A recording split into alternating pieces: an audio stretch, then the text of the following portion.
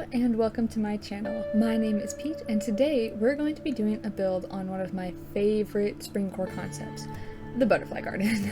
I love having a tiny little garden absolutely stuffed full of butterfly models on Springcore Islands, so I knew I would have to try my hand at this somewhere on my island, and right next to the feasting hall that I built last week sounded like a great place to do it. So that is what we're going to be doing today, so let's get right into this build. When I first envisioned this build, I kind of thought about having a background of waterfalls and a little lake in between the feasting hall and the actual garden would be really nice, and it would help visually separate out the area and keep nooks separate out too, because I knew it was going to be further on back. So I terraformed up some of the cliffs and they gave me a little bit of trouble, but it only took a couple of passes for me to figure out where I actually wanted them to go. So we'll go ahead and let the terraforming take it away for a bit.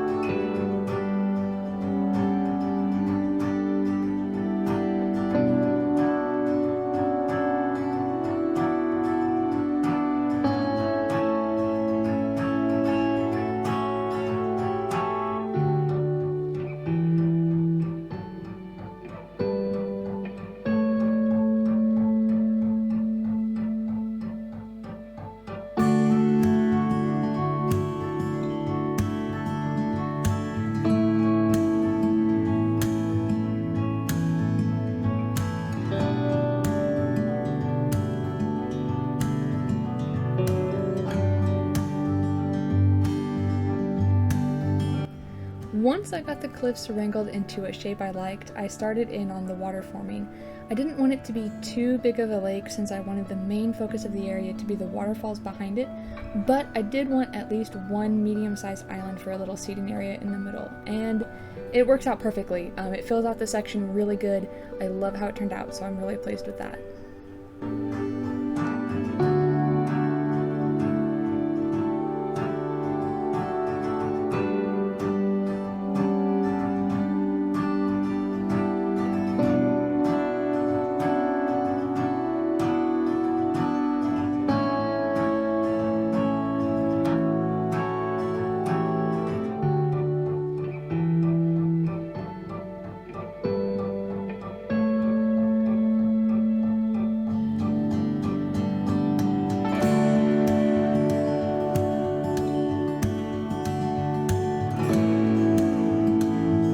Now, this pathing here, I decided I wanted to make it winding and small. I knew I would be making a covered walkway to go through the garden that I was envisioning, and I was thinking of it as a thin and kind of curving path through all the flowers. So once I get all of this walkway structured out with a little bit of reconfiguring, because I kind of had to remember how I did it on the other side with the feasting hall walls, but once I figured it out, the actual path through the garden gets much smaller and much more winding. I wanted it to feel like a tiny garden walk, structured and maintained, but still lush, still lush, and still as full as possible with all of these flowers. So I wanted it to be super colorful. So that's what we're gonna go get to watch.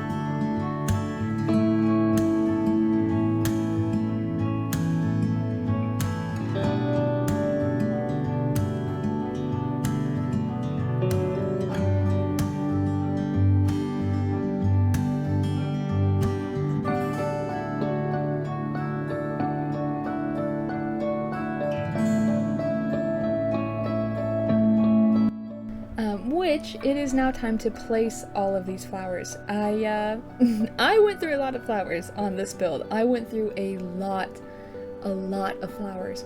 Balancing out the colors and the different types of flowers was a little bit more difficult than I originally imagined it would be, but I am going to fly through this section because it was an outrageous amount of flowers, and it's a little bit boring after a while to just watch me place, you know, white tulip number 67 down. So we'll fly through it.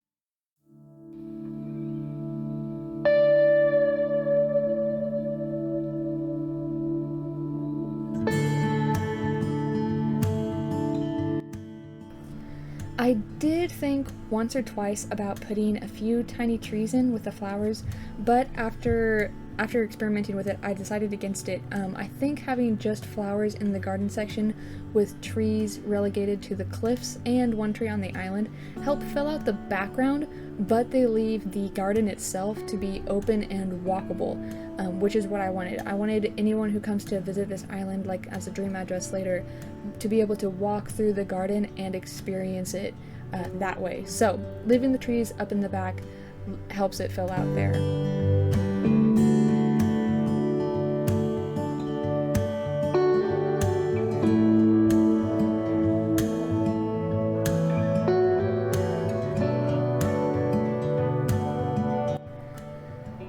Now it is time for some actual decor. So I started out with the gazebo, since I had already given it a spot on the path, and then I moved onto the tiny picnic area, which I kept pretty simple for any visitors later, because again, I wanted people to use this area, so I left the cushions out and available for seating if anyone wants to make, you know, a photo op there later when they visit.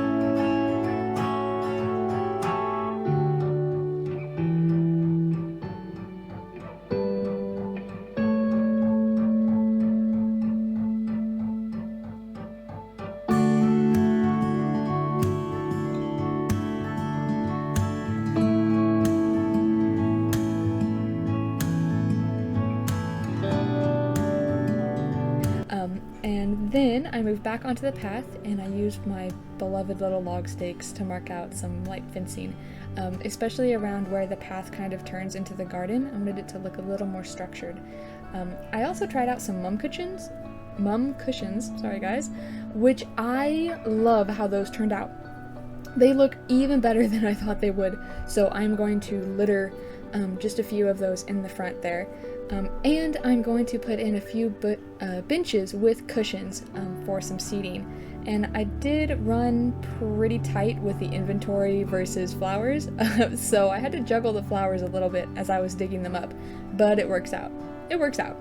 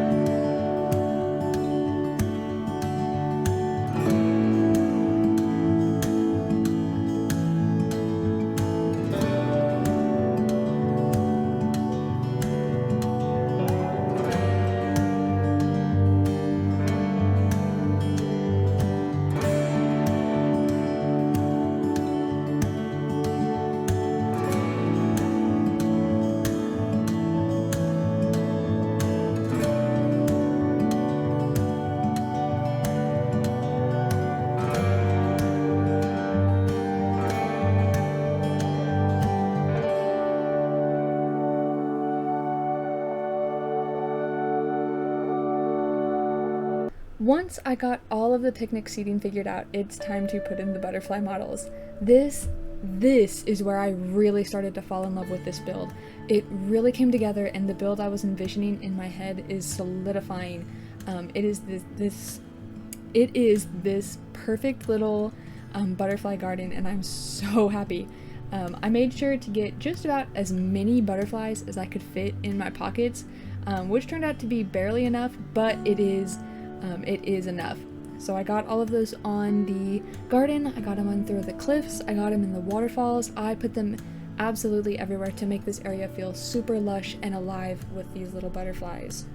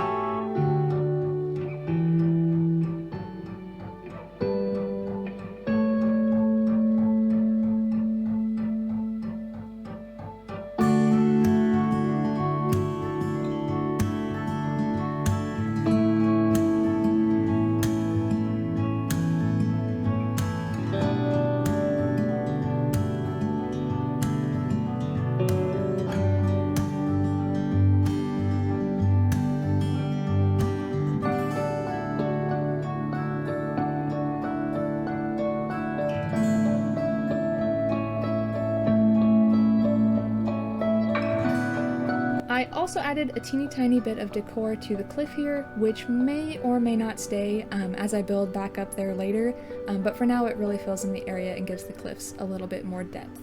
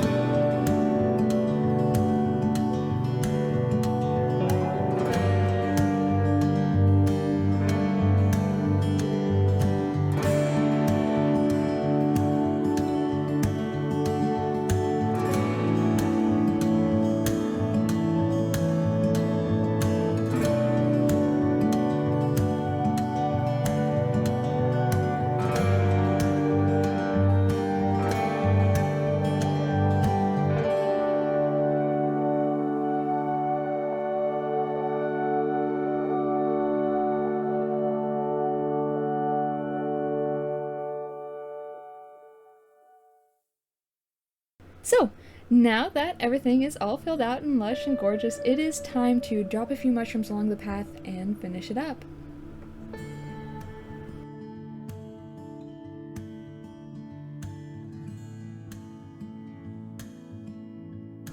And it's done! My secret little butterfly garden and pond, they turned out so absolutely fantastic. I love them. I am so pleased with how they turned out, and I'm in love with all these little seating options. The gazebo, the mum cushions, the benches, I love them. So I hope this was inspiring to you, and I hope to see you guys next time. Bye bye!